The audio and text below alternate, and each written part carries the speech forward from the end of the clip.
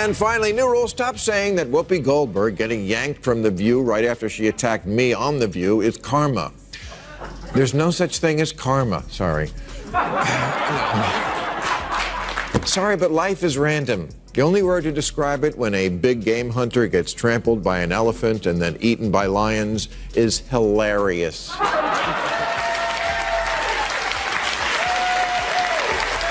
They're disgusting. She's Anna Navarro in your wildest imagination. You could never solo host a show. You will only ever make it as part of an ensemble, and you could never hope to achieve the success that Tucker Carlson has. So you can sit in your little cheap seats all day long and enjoy your little negative henpecking, but your careers are going nowhere, and Tucker is about to dominate in whatever space. It's called The View? It's called The View. It's not called The Facts. Yeah, but isn't it interesting that it's called, I don't think they meant this when Barbara Walters invented it a long time ago, but it's The View. Well, that's the problem in America. But there is one view, right, and one that's clearly true opinion, and everybody else can go sit in the corner.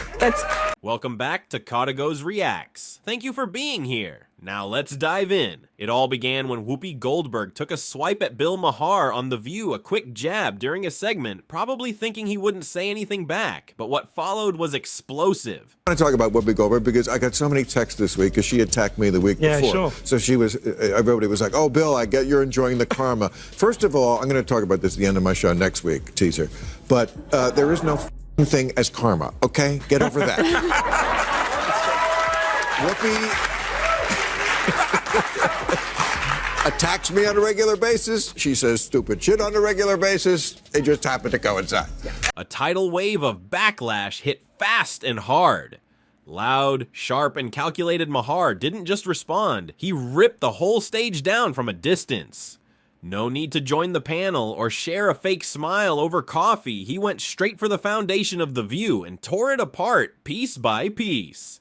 And here's where it gets even crazier. Right after Whoopi's remarks aired, she was abruptly yanked from the show. Social media exploded like fireworks, shouting karma at the top of its lungs. But Maher wasn't buying it. He went live and said point blank, there's no such thing as karma. To him, life is wild, unfair, and sometimes downright hilarious, like a hunter getting trampled by an elephant, then devoured by lions. That's not cosmic justice, it's absurd comedy. Maher wasn't out for revenge. He was laughing at the idea that the universe was balancing anything. What really pushed him over the edge was how often Whoopi throws shade and nonsense his way, and how people applauded when she finally slipped. That hot mess that they air in the mornings, called The View, had to issue not one, not two, not three, but 4 corrections, legal corrections. 4 legal notes. We only have 3 of them on camera, but look at this. I have another legal note. Oh my God. Both Trump and Pam Bondi have denied allegations of a quid pro quo. I have a legal note. Not to mention what they did at that debate, where once again, they tried to fact check only one side, and then when their fact checks got fact checked, they cowered. They cowered in fear. I mean, this is a pattern with them. Before we go any further, don't forget to like this video and subscribe to the channel. It really helps us grow and keep bringing you more jaw-dropping stories. Now let's keep going. And just when you thought the drama couldn't possibly get messier, enter Megyn Kelly. She didn't step foot on The View's set, she didn't need to. From the sidelines, she launched a truth bomb that exploded right between their polished coffee mugs and perfectly placed cue cards. No shouting, no theatrics, just cool, calculated criticism that hit the mark with precision. She called the show exactly what so many viewers had been whispering for years, an overproduced echo chamber trying to pass as a real talk show. But Kelly didn't stop at the host's opinion, she went after the entire setup.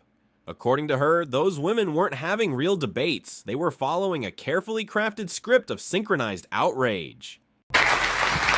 I mentioned this karma stuff on the show last week because I was relating how many texts and emails I got from people congratulating me on receiving a karmagram from the universe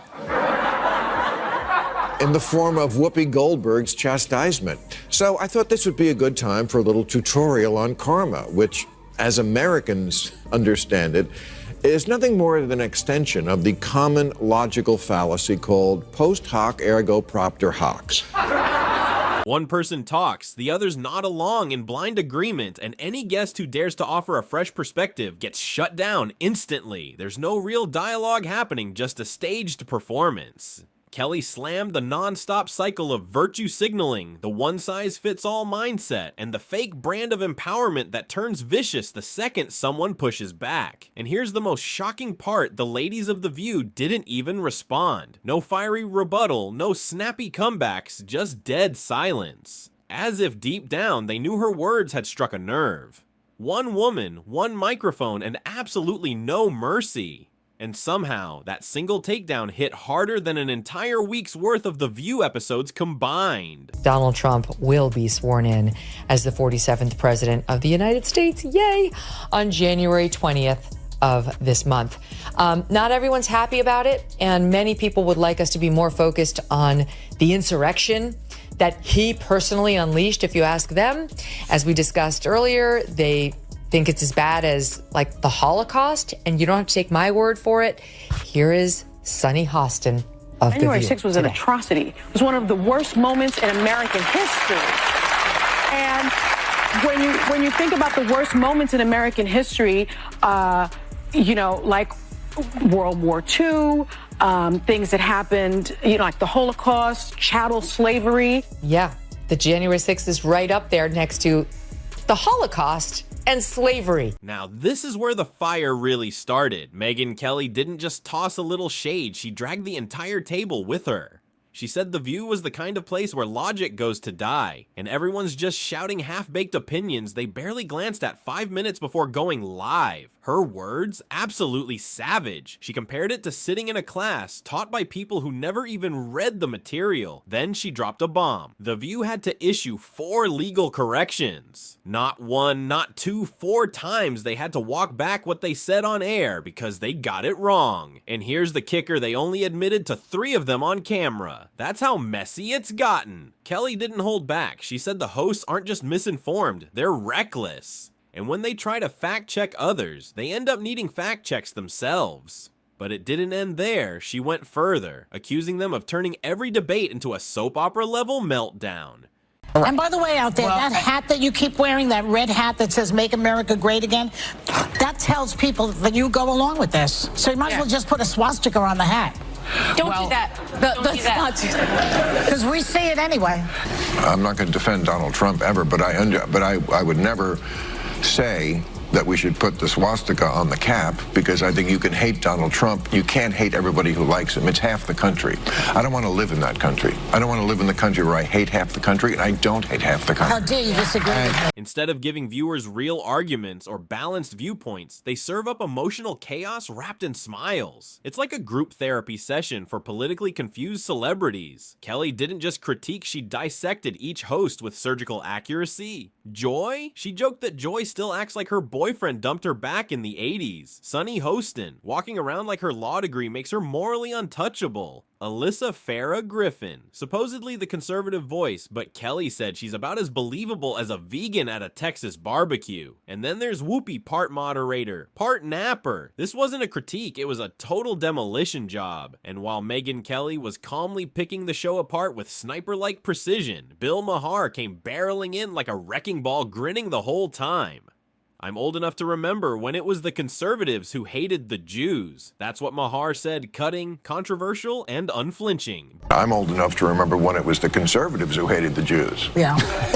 Okay. Bill Maher, who has been the standard bearer for liberalism and in many ways leftism until the woke went bananas in this last decade, but for decades, that's what this guy has represented in America. I want you to note the tone they all talk with him. I want you to look at Sunny Hostin's body language and the way they look at him and everything else. Just because he is a lefty who hasn't gone completely bananas, here they are talking about the word woke. He said it's no longer a talk show, it's synchronized outrage. Everyone getting angry on cue. And heaven forbid someone challenge their routine, then it's full-on panic. Cue the cooking segment, roll out the soft lighting, and act like it never even happened. Maher went straight for the hypocrisy. Whoopi Goldberg was angry when Alyssa pointed out that Trump went to the funeral of Officer Diller. Yes. On Long Island, and Joe Biden went to a podcast. Look at Whoopi Goldberg's reaction. Choose what you like there, but for Republicans, it was good imagery. Really? One day later, yes. And I'm asking that because I was so offended because you know who showed up. Yeah. And he was, whether he was asked or not. This But he is a was man invited. who didn't care what happened to the officers on January 6th. She promotes Joe Biden and Kamala Harris every day on that show. Trump wasn't supportive enough of the cops who were, yes, in danger on J6. How does that explain their behavior on a daily basis? He said, "You can't claim to support open dialogue when every guest with a different take gets dogpiled like a toddler in a ball pit full of bees." He didn't stop there. "You can't preach tolerance while treating opposing views like hate crimes." That hit like a sledgehammer. Maher made it crystal clear this wasn't just about politics anymore. This was about a toxic culture of silencing dissent with emotional theatrics instead of offering rational debate. And then came the line, the one that left jaws hanging open across the country. The term woke has been, in my view, co-opted by the right and weaponized and bastardized. And so I was surprised to hear you use the term because historically, as you know, because I think you're quite brilliant, that woke is a word used by the black community to note that we must be aware of social injustices. But words migrate. So why is that a bad thing? It's not a bad thing, and originally that was absolutely a great thing. Alert to injustice, who's not for that? But words do migrate. Now, I'll use any term you want. Okay. Because maybe that is a word that's triggering, and so let's not use that word. I don't know, want to call it the super far left, but don't tell me the left Or maybe the super far right.